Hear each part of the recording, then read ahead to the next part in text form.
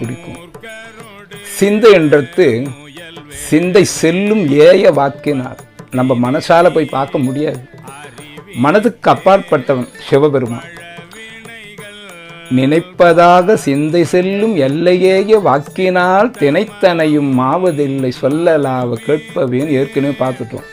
அதனால இந்த சிந்தை செய்கை, நாம் செய்யக்கூடிய செய்கை கர்மான்னு பேர். இதுக்கு இந்த கர்மாவுக்கு 2 பேர்.